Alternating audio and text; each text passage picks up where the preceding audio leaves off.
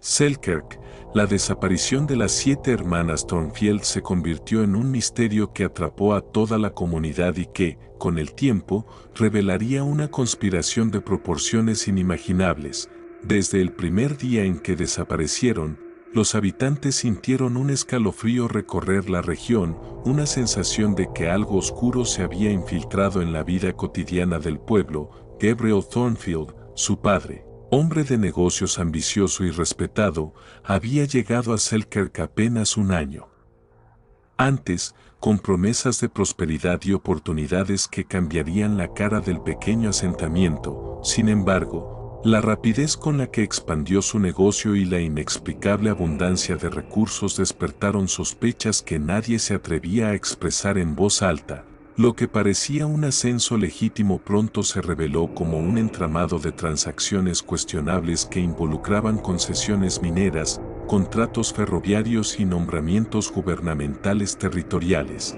Lo más perturbador fueron sus vínculos documentados con un grupo de inversión secreto conocido como la Rocky Mountain Development Company, que había estado adquiriendo derechos minerales en Montana y otros territorios occidentales mediante métodos que las autoridades locales no podían investigar ni regular. La Rocky Mountain Development Company demostró ser un objetivo particularmente escurridizo para los investigadores federales. Operaba a través de una red compleja de empresas subsidiarias, sociedades fachada y agentes en la sombra que hacían casi imposible identificar a sus verdaderos dueños o determinar la fuente de sus aparentemente ilimitados recursos financieros. Lo que Reed pudo establecer fue que la compañía había estado adquiriendo sistemáticamente el control de valiosos recursos naturales a lo largo del oeste, a menudo mediante arreglos que involucraban a funcionarios locales y ciudadanos prominentes que recibían pagos sustanciales a cambio de su cooperación. La relación de Gabriel Thornfield con esta organización parecía haber comenzado poco después de su llegada a Selkirk, cuando recibió, según sus registros, un capital de inversión que le permitió expandir su negocio mucho más allá de lo que habría sido posible con las ganancias comerciales normales. A cambio de este apoyo financiero, Gabriel aparentemente proporcionó a la organización información detallada sobre las operaciones mineras locales, patrones de propiedad de tierras y desarrollos políticos que podrían afectar las oportunidades de negocio en la región. A medida que el invierno se asentaba sobre Selkirk y la búsqueda inmediata de las 7 hermanas pasaba gradualmente de investigación activa a caso frío, el propio pueblo comenzó a experimentar cambios que reflejaban el trauma y la sospecha que la desaparición había generado. Varias familias, incómodas con las implicaciones de la investigación federal y la atención que el caso había traído a su comunidad, decidieron buscar oportunidades en otros lugares. Nuevos residentes llegaron sin conexión con la tragedia y sin interés en descubrir la verdad sobre lo que había sucedido con las hermanas Thornfield. Gabriel se convirtió en una figura cada vez más recluida que rara vez salía de su mansión vacía, salvo para visitar el cementerio donde había erigido 7 lápidas de mármol a pesar de la ausencia de cuerpos que enterrar. Su tienda general, una vez centro de actividad social y comercial, fue vendida a nuevos propietarios que desconocían y no se interesaban por las misteriosas circunstancias que habían llevado a Gabriel a retirarse de la vida comunitaria. Los nuevos dueños descubrieron que muchos de los registros comerciales de Gabriel habían sido destruidos o removidos, lo que hacía imposible comprender el alcance completo de sus relaciones financieras o la fuente de su antigua prosperidad. La evidencia física de la presencia anterior de las hermanas también desapareció gradualmente de Selkirk. Su ropa y pertenencias personales fueron empacadas en el ático de la mansión. Sus contribuciones artísticas y literarias a la vida comunitaria fueron reemplazadas por actividades organizadas por los recién llegados, y hasta sus nombres comenzaron a desvanecerse de la conversación diaria mientras los residentes se centraban en avanzar en lugar de obsesionarse con un misterio que parecía destinado a permanecer sin resolver. Para la primavera de 1901, muchos de los residentes originales de Selkirk habían partido hacia otras comunidades, llevándose consigo recuerdos, sospechas y teorías sobre lo que realmente había sucedido con las 7 hermanas. El pueblo que surgió de esta transición poco tenía que ver con la comunidad unida que había existido antes del 13 de octubre de 1899. En su lugar, emergió un asentamiento más impersonal poblado en su mayoría por personas sin inversión emocional en la tragedia Thornfield y sin interés en investigaciones que pudieran amenazar sus propias oportunidades de prosperidad y avance. La transformación de Selkirk de una comunidad unida por historia compartida y apoyo mutuo a una colección de extraños centrados principalmente en su beneficio individual reflejó cambios más amplios que ocurrían en todo el oeste americano. A medida que el siglo XIX llegaba a su fin, la promesa de la frontera de oportunidades ilimitadas y igualdad democrática se veía cada vez más desafiada por la realidad de la explotación organizada, la corrupción sistemática y el creciente poder de intereses financieros del este que veían a las comunidades occidentales como fuentes de recursos naturales en lugar de conjuntos de seres humanos merecedores de protección y respeto. 23 años después de la desaparición que había destrozado a la familia Thornfield y transformado la comunidad de Selkirk, un hallazgo en Chicago reabriría el caso y revelaría conexiones que se extendían mucho más allá de los límites del territorio de Montana. En la primavera de 1922, durante la demolición de un almacén abandonado en el lado sur de la ciudad, los trabajadores de construcción descubrieron una habitación oculta que había sido escondida tras paredes falsas y olvidada durante décadas. La cámara contenía docenas de archivadores, cajas de almacenamiento y objetos personales que contaban la historia de una empresa criminal que operó con impunidad durante finales del siglo XIX y comienzos del XX. Entre los artefactos descubiertos en este archivo oculto se encontraban 7 fotografías pequeñas, cada una mostrando a una de las hermanas Thornfield en poses informales que sugerían trabajo de estudio profesional. Las imágenes venían acompañadas de descripciones detalladas de la personalidad, habilidades, antecedentes familiares y características físicas de cada hermana, compiladas con un tipo de minuciosidad que sugería interés comercial más que personal.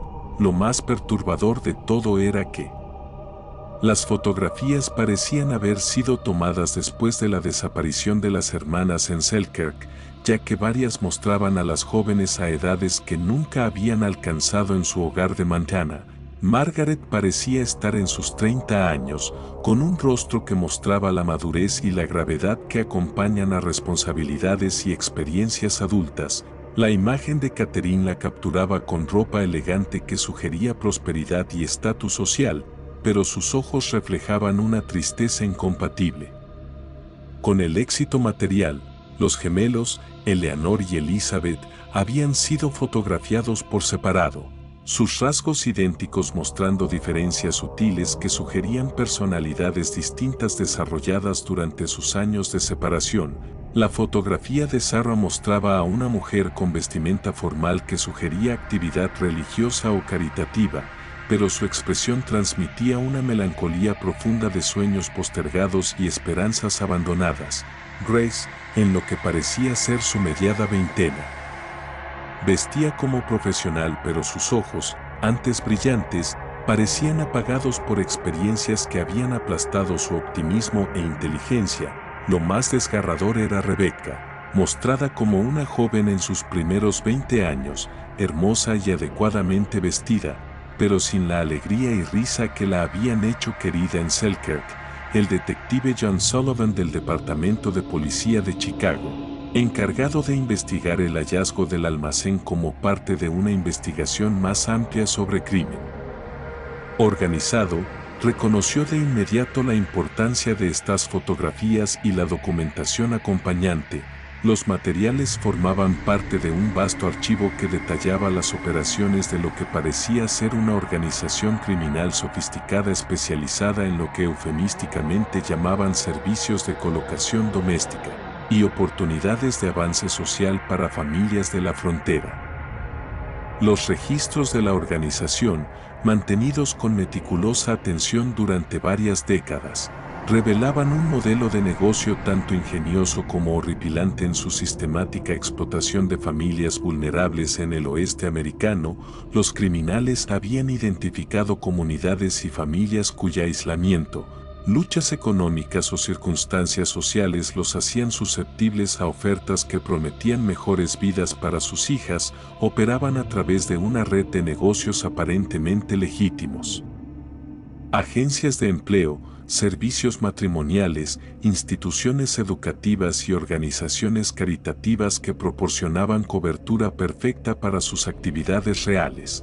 La investigación de Sullivan reveló que la organización había operado bajo diversos nombres y a través de múltiples empresas fachada desde al menos 1885, apuntando sistemáticamente a familias en comunidades fronterizas donde la ley era limitada y la comunicación con autoridades externas difícil o imposible. Sus métodos incluían investigación cuidadosa de las condiciones locales, identificación de familias vulnerables a presión financiera o manipulación social y la implementación de sofisticados esquemas de confianza para convencer a los padres de que estaban proporcionando a sus hijas oportunidades legítimas de progreso. Las familias interesadas eran gradualmente absorbidas en arreglos financieros y compromisos que dificultaban su retiro una vez iniciado el proceso. Los representantes de la organización eran expertos en identificar las vulnerabilidades de cada familia. El detective John Sullivan pronto descubrió que la red de la organización criminal se extendía mucho más allá de Chicago, con conexiones en ciudades como St. Louis, Denver, Salt Lake City y San Francisco. Cada oficina regional mantenía archivos casi idénticos a los encontrados en el almacén, documentos que detallaban transacciones financieras, movimientos de personas y comunicaciones codificadas entre miembros de la organización que operaban con absoluta impunidad. Las 7 hermanas Thornfield no habían sido víctimas aisladas, sino parte de un patrón sistemático que había afectado a decenas, posiblemente cientos, de jóvenes en todo el oeste. Sullivan se dio cuenta de que cada colocación que parecía legítima, ya fuera en escuelas, hogares adoptivos o negocios, estaba cuidadosamente diseñada para ocultar la verdadera intención de la organización: controlar y explotar a estas jóvenes para obtener beneficios financieros, políticos y sociales de manera encubierta. A medida que examinaba las fotografías y documentos, Sullivan encontró evidencia de que la organización tenía vínculos con figuras políticas influyentes, incluyendo senadores estatales y empresarios adinerados que habían facilitado operaciones de adquisición de tierras, monopolización de recursos y tráfico de información estratégica sobre el desarrollo del oeste. La magnitud del entramado era abrumadora. Lo que comenzó como la desaparición de 7 jóvenes en Montana ahora aparecía como la punta de un iceberg que tocaba los rincones más oscuros del poder en Estados Unidos. Entre los papeles, Sullivan halló diarios y cartas que describían la vida de las hermanas durante los años posteriores a su desaparición. Cada documento detallaba sus actividades, responsabilidades asignadas, relaciones forzadas y la constante vigilancia a la que estaban sometidas. Las jóvenes, según los registros, habían sido separadas deliberadamente para evitar que formaran lazos que pudieran facilitar su escape o rebelión. A pesar de la aparente prosperidad y la oportunidad que se les ofrecía, las cartas personales revelaban desesperación, miedo y nostalgia por Selkirk y sus familias. Sullivan comprendió que cada movimiento de la organización estaba calculado no solo para proteger sus intereses económicos, sino para manipular psicológicamente a sus víctimas, asegurando que permanecieran dependientes y controladas. Los métodos de persuasión incluían recompensas materiales, promesas de educación y estatus, pero también amenazas sutiles e intimidación basada en la posibilidad de represalias contra sus familias. Lo más perturbador de todo era la evidencia de que algunos miembros de la comunidad de Selkirk y otras localidades habían colaborado consciente o inconscientemente, en facilitar el secuestro y la retención de las jóvenes, motivados por incentivos financieros o sociales que les aseguraban ventajas personales. Los investigadores se dieron cuenta de que romper esta red requeriría mucho más que la simple identificación de los responsables, implicaba desmantelar un sistema de corrupción profundamente arraigado, con complicidad de múltiples niveles de gobierno y sociedad. Durante meses, Sullivan trabajó incansablemente para conectar los puntos entre los documentos de Chicago y los reportes locales de desapariciones no resueltas en comunidades del oeste. Cada descubrimiento llevaba a otro enigma: registros falsificados, identidades duplicadas y desapariciones que parecían coincidir con movimientos estratégicos de la organización. La complejidad del entramado era tal que incluso los métodos modernos de investigación eran insuficientes para desentrañar toda la verdad. Entre los archivos, Sullivan encontró un mapa detallado de rutas de transporte, incluyendo ferrocarriles, carreteras rurales y rutas fluviales, utilizadas para trasladar jóvenes de un lugar a otro sin levantar sospechas. Se identificaron paradas estratégicas en pequeñas comunidades, donde los agentes de la organización mantenían propiedades o negocios que servían de cobertura para sus operaciones.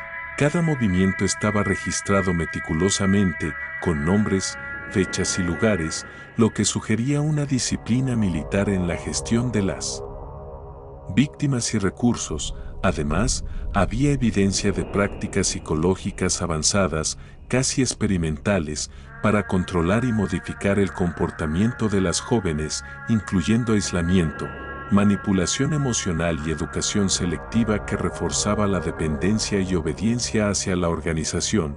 Sullivan comprendió que estaba frente a un modelo de explotación sistemática mucho más sofisticado de lo que cualquier registro criminal previo había documentado. La combinación de riqueza, poder, control social y técnicas de manipulación psicológica convertía a la organización en un mecanismo casi imposible de destruir sin un esfuerzo coordinado a nivel nacional. Entre las fotografías y cartas también surgieron indicios de identidades cambiadas. Las hermanas Thornfield habían sido registradas bajo nombres falsos en diversos documentos oficiales, incluidas actas de nacimiento, registros de empleo y certificados escolares. Esto dificultaba aún más cualquier intento de localizarlas o liberar a las víctimas, pues la misma estructura administrativa del país había sido utilizada como herramienta de encubrimiento. Sullivan también encontró correspondencia que indicaba que la organización no solo se centraba en la explotación económica, sino que buscaba influir en decisiones políticas y económicas de alto nivel mediante chantaje, información privilegiada y control indirecto sobre individuos influyentes. La red de influencia se extendía desde Montana hasta la costa este, con implicaciones en políticas mineras, adquisiciones de tierras y control de recursos estratégicos. Cada descubrimiento aumentaba la urgencia del caso, pero también la dificultad de exponer la verdad sin poner en riesgo su propia vida y la de los pocos aliados que lo ayudaban. Sullivan se dio cuenta de que la desaparición de las 7 hermanas Thornfield había sido un acto calculado dentro de un sistema mucho más grande, una estructura que combinaba crimen organizado, corrupción política y manipulación psicológica de manera tan efectiva que se mantenía oculta durante décadas. La magnitud de la conspiración planteaba una pregunta inquietante: ¿cuántas otras comunidades habían sido víctimas de patrones similares de secuestro, manipulación y explotación? Mientras seguía revisando cada documento, cada carta y cada fotografía, Sullivan sentía que se acercaba a una verdad que, si se revelaba por completo, podría cambiar la comprensión de la historia del oeste americano y exponer las raíces de un sistema de poder corrupto que se extendía desde las fronteras hasta los centros de influencia más lejanos. La tensión aumentaba con cada página que leía, pues cada detalle confirmaba que la organización había actuado sin piedad, con una precisión y frialdad que superaban cualquier expectativa previa de criminalidad sistemática. La historia de las hermanas Thornfield ya no era solo una tragedia familiar, se había convertido en un ejemplo aterrador de cómo la codicia, el poder y la impunidad podían combinarse para manipular vidas humanas durante décadas, dejando un legado de misterio, horror y corrupción que aún amenazaba con permanecer oculto a los ojos del público. Con cada descubrimiento, Sullivan se encontraba más atrapado en la red de secretos, comprendiendo que la única manera de honrar a las hermanas era seguir adelante, desentrañar cada capa de engaño y llevar la verdad a la luz, sin importar el costo personal o profesional que esto implicara. La red estaba viva, vigilante y consciente de cada intento de investigación, y Sullivan debía moverse con cuidado, planear estratégicamente y anticipar cada posible obstáculo, porque en el momento en que la organización se sintiera amenazada, actuaría sin piedad para proteger sus secretos, asegurando que la desaparición de las hermanas Thornfield continuara, siendo solo la punta de un misterio mucho más profundo y oscuro que amenazaba con devorar a cualquiera que intentara desentrañarlo.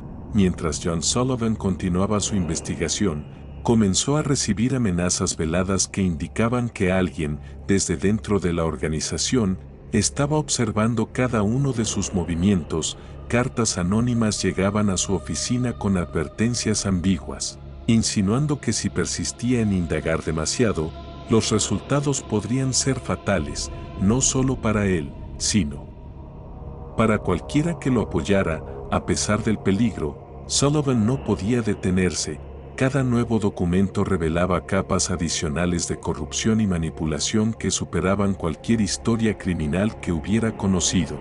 Los registros financieros indicaban flujos de dinero que atravesaban bancos locales, compañías de transporte e incluso instituciones religiosas, todas ellas utilizadas como fachada para movimientos ilícitos. La sofisticación del entramado permitía que los líderes de la organización mantuvieran una imagen respetable mientras controlaban a cientos de personas a través de chantajes, coerción y promesas de recompensas. Entre las cartas y diarios recuperados, Sullivan descubrió que algunas de las jóvenes habían logrado mantener un nivel de comunicación secreta entre ellas, utilizando códigos y referencias aparentemente inocuas en sus escritos. Estas comunicaciones demostraban un intento de resistir la influencia de la organización, de conservar su identidad y memoria frente a la manipulación sistemática que sufrían. Sin embargo, los registros también mostraban que cada intento de rebelión era rápidamente sofocado mediante aislamiento, amenazas o traslado a otros lugares bajo identidades falsas, lo que reforzaba la sensación de omnipresencia de la organización. Las rutas de transporte que Sullivan había descubierto se complicaban aún más cuando comenzó a revisar los registros de ferrocarril y transporte marítimo. Cada estación, cada muelle, cada almacén tenía un responsable que garantizaba que las jóvenes fueran trasladadas de manera eficiente y discreta. Las propiedades utilizadas por la organización incluían negocios legítimos como talleres mecánicos, granjas y almacenes de materiales, todos con fachada de actividad legal, pero funcionando como nodos dentro de la red de control y explotación. Mientras Sullivan intentaba rastrear el paradero de las jóvenes actuales y potenciales, se dio cuenta de que la organización había desarrollado un sistema casi autómata de seguimiento y control, fichas, registros médicos, actas escolares y cartas, todas almacenadas en un archivo centralizado que permitía a los líderes conocer la ubicación exacta de cada víctima en cualquier momento. La magnitud del control era aterradora. No solo estaban manipulando vidas individuales, sino que habían construido un sistema que podría sostener su poder durante décadas sin ser descubierto. Entre los diarios recuperados, Sullivan encontró relatos de resistencia silenciosa, jóvenes que aprendían habilidades, escondían información y planeaban maneras de escapar sin ser detectadas. Estos relatos eran fragmentarios, pero reflejaban un espíritu de resiliencia frente a un entorno que parecía completamente hostil y controlado. Además, Algunos documentos sugerían que la organización tenía métodos de intimidación que incluían desapariciones simuladas, amenazas a familias y manipulación de autoridades locales, creando un efecto paralizante en cualquier intento de intervención externa. La extensión de la red también incluía influencia en medios de comunicación locales y regionales, asegurando que cualquier noticia sobre desapariciones o irregularidades fuera minimizada o desacreditada. Esto generaba un ambiente de incertidumbre y miedo, donde la verdad era constantemente distorsionada o silenciada. Sullivan se dio cuenta de que para poder exponer la organización y rescatar a las víctimas, necesitaría aliados dentro de las instituciones que aparentaban neutralidad, incluyendo policías honestos, jueces y periodistas dispuestos a arriesgarse. Cada contacto debía ser cuidadosamente evaluado, pues la infiltración de la organización era tan profunda que cualquiera podría estar comprometido. La investigación también reveló que la organización no se limitaba a la explotación de jóvenes, sino que mantenía un sistema de influencia y control sobre decisiones económicas locales, adquisición de tierras, manipulación de precios agrícolas, control de comercio y contratos, y una red de favores que aseguraba lealtad y complicidad. Sullivan comprendió que estaba frente a un fenómeno que combinaba crimen organizado, corrupción política y manipulación psicológica de manera inédita, un entramado tan sofisticado que podría haber pasado desapercibido durante generaciones. A medida que profundizaba, descubrió que la desaparición de las hermanas Thornfield había sido solo el inicio de un patrón sistemático de explotación y control. Cada nuevo caso identificado demostraba un modus operandi consistente: jóvenes aisladas, registros falsificados, transporte sistemático y control psicológico mediante recompensas y amenazas. Las cartas personales encontradas revelaban momentos de desesperación, estrategias de resistencia y, en algunos casos, intentos de comunicarse con familiares o aliados externos sin ser detectadas. Sullivan también comenzó a identificar un patrón de liderazgo dentro de la organización: individuos con habilidades específicas en manipulación, logística, finanzas y comunicación que operaban en niveles jerárquicos, garantizando que cada aspecto de la red funcionara de manera coordinada y eficiente. Este nivel de sofisticación implicaba que cualquier error por parte de un miembro podía ser rápidamente corregido o encubierto, dificultando enormemente los intentos de desmantelar la red. Durante meses, Sullivan siguió rastreando documentos, entrevistando testigos y revisando archivos públicos y privados.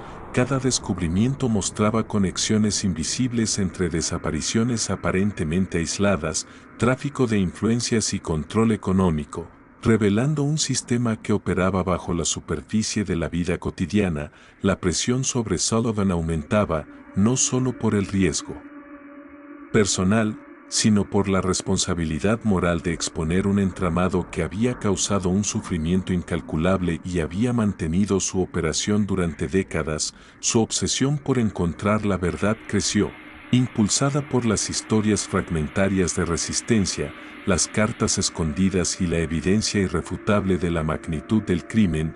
Cada día que pasaba, más consciente se volvía de que la organización podía anticipar movimientos, manipular información y neutralizar amenazas antes de que se convirtieran en acciones efectivas. Sullivan comprendió que solo una estrategia extremadamente cuidadosa, basada en pruebas sólidas, aliados confiables y movimientos encubiertos, podría permitirle desentrañar la red y liberar a las víctimas sin provocar represalias inmediatas. A pesar de la intensidad de la investigación, Sullivan encontraba en los diarios y cartas de las hermanas Thornfield la fuerza para continuar, relatos de esperanza, resiliencia y pequeñas victorias que demostraban que, incluso en un sistema diseñado para destruir la autonomía y la identidad, el espíritu humano podía persistir. Cada nueva pieza de información aumentaba la comprensión de la magnitud del entramado y reforzaba la urgencia de actuar. Mientras Sullivan se preparaba para enfrentarse a un enemigo invisible, implacable y extremadamente organizado, sabiendo que cada paso en falso podría significar la pérdida de vidas y la perpetuación de un sistema de control que había definido la vida de generaciones enteras. A medida que Sullivan profundizaba en la red, comenzó a percibir patrones de manipulación psicológica que mostraban un dominio casi absoluto sobre la voluntad de las víctimas. La organización no solo controlaba sus movimientos, sino que infiltraba su pensamiento mediante técnicas sutiles de condicionamiento, aislamiento y recompensas selectivas que creaban dependencia y miedo. Cada joven que lograba resistir enfrentaba castigos calculados, mientras que las que cedían eran usadas como ejemplo para las demás, reforzando un ciclo de obediencia y terror silencioso. Sullivan, consciente de que las amenazas físicas eran solo una parte del arsenal de la organización, comenzó a estudiar los métodos de coerción psicológica empleados durante décadas, incluyendo la manipulación de recuerdos, la creación de conflictos internos y la inducción de culpa sistemática para asegurar conformidad. Entre los documentos más inquietantes que encontró estaban diarios personales que describían cómo algunas jóvenes habían sido entrenadas para recordar solo lo que la organización quería, con lecciones diarias que reforzaban la narrativa de sumisión y dependencia. Estas notas detallaban horarios estrictos, rituales de control y técnicas de vigilancia encubierta que permitían a los líderes conocer incluso los pensamientos más íntimos de las víctimas. Sullivan también descubrió evidencia de una jerarquía interna altamente organizada, donde ciertos miembros de la organización estaban especializados en distintas áreas: vigilancia, logística de transporte, manipulación de documentos legales, control de información y supresión de rumores. Cada nivel de la jerarquía funcionaba con autonomía limitada, pero dentro de un esquema coordinado que aseguraba que cualquier desviación fuera rápidamente detectada y corregida. A medida que analizaba esta estructura, Sullivan comprendió que la red tenía una capacidad casi perfecta de adaptarse y evolucionar frente a cualquier amenaza externa, utilizando la corrupción y la intimidación como escudos para proteger sus operaciones. Entre los archivos recuperados había planes detallados de entrenamiento de nuevas víctimas, indicando que la organización consideraba su labor como una formación sistemática de individuos para cumplir roles específicos, tanto en la explotación directa como en la perpetuación de la red. Cada plan incluía objetivos psicológicos, métodos de aislamiento, estrategias de manipulación de identidad y reglas para controlar el entorno social de las jóvenes. Sullivan también encontró evidencia de que la organización había logrado infiltrarse en instituciones de cuidado infantil, escuelas, iglesias y hospitales, creando una red de complicidad que aseguraba que cualquier intento de denuncia se desactivara antes de llegar a manos de autoridades imparciales. Los documentos detallaban pagos secretos, sobornos y chantajes, así como la colocación de agentes encubiertos para vigilar cualquier señal de rebelión o fuga. La magnitud del control era tal que incluso miembros recién introducidos en la organización eran monitoreados y entrenados para detectar amenazas potenciales, creando un ecosistema de vigilancia y miedo. Mientras Sullivan intentaba correlacionar información, descubrió que algunas jóvenes habían logrado mantener pequeñas redes de comunicación clandestina usando símbolos, mensajes cifrados y códigos compartidos en objetos aparentemente inocuos, como ropa, libros o cartas. Estas redes, aunque fragmentarias, demostraban que incluso dentro del control más extremo, existía un espíritu de resistencia que desafiaba la omnipresencia de la organización. Sin embargo, cada intento de fuga o resistencia estaba rodeado de peligro extremo. Las víctimas eran trasladadas a lugares desconocidos, sus identidades eran borradas y cualquier vínculo con el mundo exterior era cortado, asegurando que la sensación de omnipotencia de la organización se mantuviera intacta. Sullivan comenzó a trazar un mapa de rutas de transporte, propiedades utilizadas como escondites y conexiones entre líderes de la organización. descubriendo que muchas de las operaciones estaban diseñadas para parecer incidentes aislados, sin relación entre sí. Cada desaparición, cada traslado, estaba cuidadosamente planificado para mantener la apariencia de normalidad y confundir a las autoridades y a la opinión pública. Entre los documentos más perturbadores estaban registros médicos alterados, falsificación de identidades y estrategias para reinsertar a algunas jóvenes en la sociedad bajo nuevas identidades, controladas y monitoreadas, creando un ciclo de explotación perpetua. Sullivan entendió que cualquier intento de exponer a la organización requeriría no solo evidencia documental, sino también un plan estratégico para proteger a las víctimas y garantizar que los aliados fueran de confianza absoluta.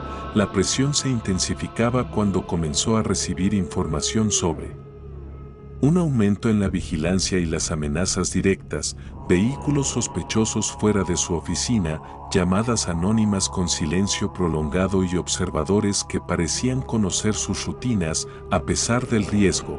Sullivan sentía que estaba más cerca que nunca de descubrir la verdad completa y liberar a quienes habían sido atrapadas en la red durante años. Cada descubrimiento lo acercaba a comprender la escala y sofisticación del entramado, pero también le recordaba que la organización no era solo un grupo criminal, sino un sistema diseñado para manipular, controlar y destruir la autonomía de generaciones enteras de personas. Entre los relatos recuperados de las jóvenes había historias de valentía silenciosa, como algunas aprendieron a protegerse, esconder información y comunicarse de manera secreta para sobrevivir, demostrando que incluso en un entorno de terror absoluto, la resiliencia humana podía prevalecer. Estos relatos eran fragmentarios pero poderosos, mostrando la lucha interna entre la obediencia forzada y el deseo de libertad, y proporcionaban pistas esenciales para Sullivan en su misión de desmantelar la red. Además, Sullivan comenzó a comprender que la red de la organización no era estática, se adaptaba constantemente, anticipaba movimientos externos y encontraba nuevas formas de manipulación, lo que hacía que cualquier acción directa sin preparación pudiera ser catastrófica. Cada paso debía ser calculado, cada contacto evaluado y cada evidencia protegida con extremo cuidado. Mientras analizaba los patrones de transporte y comunicación, Sullivan también identificó conexiones internacionales, rutas que atravesaban fronteras, colaboración con entidades legales y comerciales en otros países y un flujo de información que aseguraba que la organización mantuviera su poder más allá de lo local. La complejidad de estas operaciones aumentaba la urgencia de exponer la verdad y proteger a las víctimas, pero también incrementaba los riesgos, pues la organización podía reaccionar rápidamente ante cualquier intento de interferencia. Sullivan se encontraba atrapado entre la necesidad de actuar y la amenaza constante de ser descubierto, consciente de que cada error podía tener consecuencias fatales. Sin embargo, la evidencia acumulada y las historias de resistencia silenciosa de las víctimas le daban la fuerza para continuar, motivado por la convicción de que la verdad debía salir a la luz y que cada pequeña victoria podía significar la diferencia entre la vida y la muerte para quienes aún estaban atrapadas en el sistema de control. Cada documento, cada relato y cada pista se convertían en piezas esenciales para desentrañar un entramado que parecía invulnerable, pero que, con estrategia, paciencia y aliados confiables, Sullivan comenzaba a ver cómo podía ser desmantelado. La sensación de avance era palpable, pero el peligro nunca disminuía. Cada descubrimiento traía consigo nuevas amenazas y la certeza de que la organización podía responder de manera violenta y rápida, reforzando la necesidad de cautela y planificación meticulosa en cada acción que Sullivan emprendiera para liberar a las víctimas y exponer la verdad al mundo. La tensión alcanzó su punto más alto cuando Sullivan, después de meses de investigación meticulosa y riesgo constante, logró identificar los puntos críticos donde la organización centralizaba sus operaciones más peligrosas.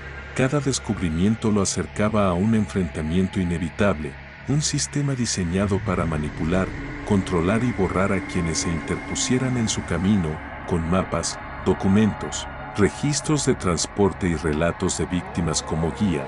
Sullivan comenzó a planificar un ataque estratégico para desmantelar la red sin poner en peligro la vida de las jóvenes que aún estaban atrapadas. Sabía que cualquier movimiento en falso podría resultar catastrófico, pues la organización había demostrado tener alcance internacional, infiltración en instituciones legales, sociales y médicas, y la habilidad de anticipar amenazas externas mediante vigilancia encubierta y redes de informantes. A medida que Sullivan preparaba la operación, comenzó a contactar discretamente a aliados de confianza, periodistas, abogados, activistas y antiguos agentes de seguridad que podían garantizar protección, recursos y apoyo logístico. La coordinación fue compleja, porque cada contacto debía ser probado y cada acción calculada con precisión militar.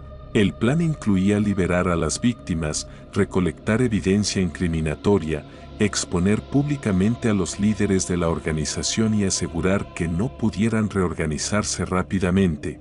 Cada fase estaba diseñada para minimizar riesgos, pero la tensión era constante. Sullivan sentía el peso de la responsabilidad de cada vida en sus manos.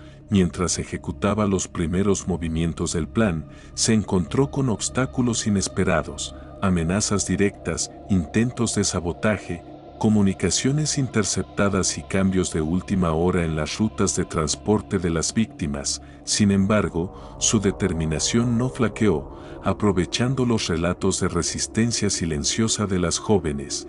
Sullivan pudo anticipar comportamientos de la organización, usar sus propias tácticas de manipulación contra ellos y ganar ventaja estratégica. En una serie de operaciones coordinadas, Sullivan y sus aliados comenzaron a liberar a las víctimas, algunas de las cuales habían sido sometidas a años de manipulación psicológica y aislamiento extremo. La recuperación fue delicada, las jóvenes estaban traumatizadas, muchas habían olvidado su identidad anterior, y era esencial proporcionar apoyo emocional, legal y social para que pudieran reintegrarse y declarar contra sus captores. Cada rescate implicaba confrontar directamente a miembros entrenados de la organización, enfrentamientos que requerían rapidez, sigilo y precisión. La tensión alcanzaba niveles críticos cuando Sullivan y su equipo entraban en propiedades usadas como centros de detención y entrenamiento, enfrentando barreras físicas, sistemas de vigilancia y resistencia organizada. Sin embargo, cada paso estaba cuidadosamente planificado, y la recopilación de evidencia se convirtió en un elemento clave para garantizar que la justicia pudiera actuar sin interferencias. A medida que se exponían más documentos, fotografías y grabaciones, quedó claro que la magnitud de la red superaba cualquier expectativa. Años de operaciones encubiertas, cooperación internacional entre cómplices, sobornos, chantajes y manipulación de identidades habían creado un sistema casi perfecto de control y explotación. La liberación de las víctimas, aunque peligrosa, permitió que comenzara un proceso de reconstrucción. Cada joven recuperaba lentamente su autonomía, conectándose con familiares cuando era posible, recibiendo apoyo psicológico y aprendiendo a reconstruir sus recuerdos y su identidad robada. Sullivan también se enfrentó a dilemas éticos complejos. Decidir qué información hacer pública de inmediato, proteger fuentes y testigos, y equilibrar la necesidad de justicia con la seguridad de quienes aún estaban en riesgo. La tensión alcanzó un clímax cuando los líderes de la organización, conscientes de la amenaza que Sullivan representaba, intentaron reorganizarse y neutralizarlo mediante amenazas, sobornos y presión directa sobre sus aliados. Cada acción de Sullivan requería anticipación, previsión y adaptabilidad. Cualquier error podía significar la pérdida de vidas y la destrucción de meses de trabajo. Finalmente, tras meses de enfrentamientos estratégicos, maniobras legales y rescates meticulosos, la organización fue desmantelada sistemáticamente, líderes arrestados, redes de complicidades puestas y víctimas aseguradas bajo protección legal y psicológica, el alcance de la red y la magnitud de los crímenes chocaron al mundo entero. El testimonio de las jóvenes y la evidencia recopilada revelaron décadas de manipulación, explotación y control sistemático, provocando reformas legales, investigaciones internacionales y un despertar social sobre la vulnerabilidad de las víctimas y la sofisticación de estas redes criminales. Sullivan, aunque exhausto física y emocionalmente, sintió una mezcla de alivio y solemnidad. Sabía que no todas las heridas podían cerrarse, que algunas vidas habían sido irreversiblemente afectadas, pero también comprendió que la verdad, la resiliencia humana y la justicia habían prevalecido. En las semanas siguientes, se convirtió en un referente en la lucha contra la explotación y la manipulación organizada. Sus hallazgos inspiraron cambios en políticas de protección infantil, protocolos de seguridad y programas de rehabilitación para víctimas de manipulación psicológica y control coercitivo. Las jóvenes que sobrevivieron se convirtieron en defensoras de los derechos de los vulnerables, usando su experiencia para educar, prevenir y alertar sobre métodos de manipulación similares. Sullivan documentó todo meticulosamente, cada testimonio, cada plan de rescate, cada enfrentamiento y cada estrategia de desmantelamiento. Su trabajo no solo fue un informe sobre la caída de una organización criminal, sino una guía estratégica para enfrentar redes similares en el futuro, destacando la importancia de la planificación, la paciencia, la recopilación de evidencia y la protección integral de las víctimas. Mientras reflexionaba sobre la magnitud de lo logrado, Sullivan entendió que la lucha no terminaba con la caída de una organización. La vigilancia, la educación, la protección y la concienciación social eran esenciales para prevenir que sistemas de control y explotación tan sofisticados pudieran surgir nuevamente. El impacto de su trabajo perduró, demostrando que la valentía individual, la inteligencia estratégica y la solidaridad podían enfrentar incluso a los sistemas de manipulación más complejos y peligrosos. Aunque la experiencia lo había marcado profundamente, y algunas imágenes y recuerdos permanecerían con él para siempre, Sullivan sintió una satisfacción profunda. Había dado voz a los que habían sido silenciados. Había liberado vidas atrapadas en un ciclo de terror y había demostrado que incluso los sistemas más opresivos podían ser derrotados mediante planificación, coraje y determinación implacable. El mundo había sido testigo de una historia de horror, resistencia y justicia, una lección sobre el poder del conocimiento, la resiliencia humana y la necesidad de nunca subestimar la capacidad de un individuo para hacer lo correcto frente a la adversidad más extrema. Y en cada relato de supervivencia se encontraba la evidencia de que incluso en la oscuridad más profunda, la luz de la determinación y la esperanza podía prevalecer.